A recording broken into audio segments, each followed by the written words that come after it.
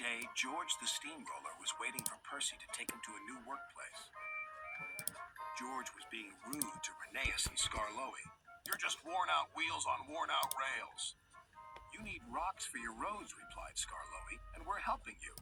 "I need to flatten little engines in the scrapyards," retorted George. Then Percy arrived to take George away. He was still rebelling. "Railways are no good. Turn them into roads." The little engines were pleased to see him go. George grumbled all the way to the old branch line. He was going to turn it into a road. When they arrived, George was rude again. "Bumpy ride on rotten rails. I'm glad it's over." "So am I," said Percy.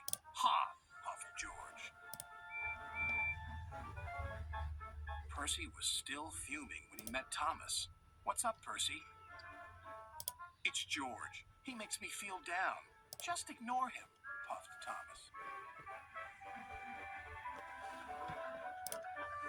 George was now enjoying himself.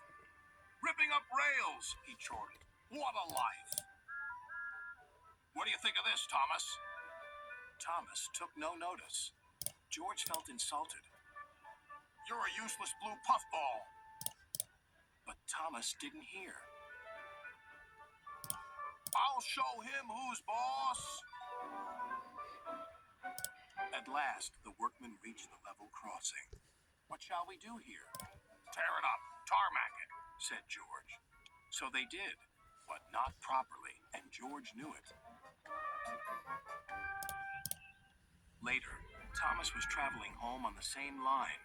He was pulling freight cars filled with vegetables. The signalman had forgotten to warn his driver about the crossing. "That's nice. We don't need to stop," said Thomas happily. "Yes, we do," called his driver.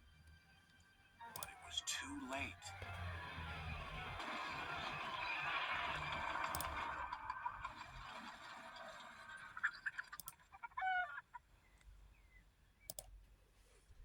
Next day, Percy told Gordon all about George.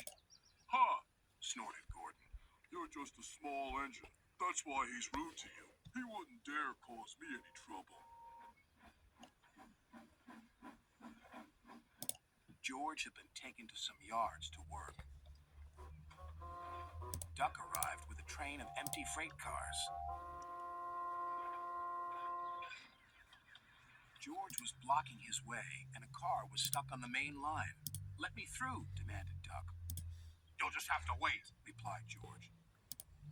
"There's no time to wait. I must clear my freight cars from the main line to let Gordon through." "Then he'll have to wait too," said George. Duck's driver went to complain to the station master, but the signalman had set the signal to allow Gordon to speed through. His passengers were singing his praises, and he was making express time. "I'm the greatest! Just watch me fly by!" He whistled long and loud as he approached the station. Suddenly, he saw a freight car on the line ahead. "Get out of my way!" But the freight car wouldn't move until Gordon forced it.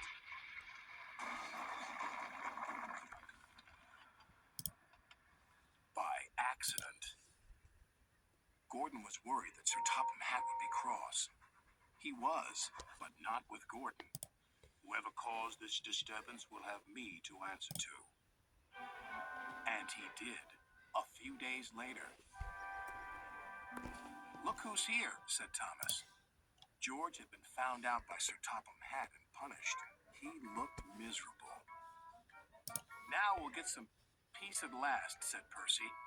"I want to get rolling again, but I've got to wait a whole week till I do." "And then you'll be just as rude as ever." "Eh, George?" "I hope not. Don't you?"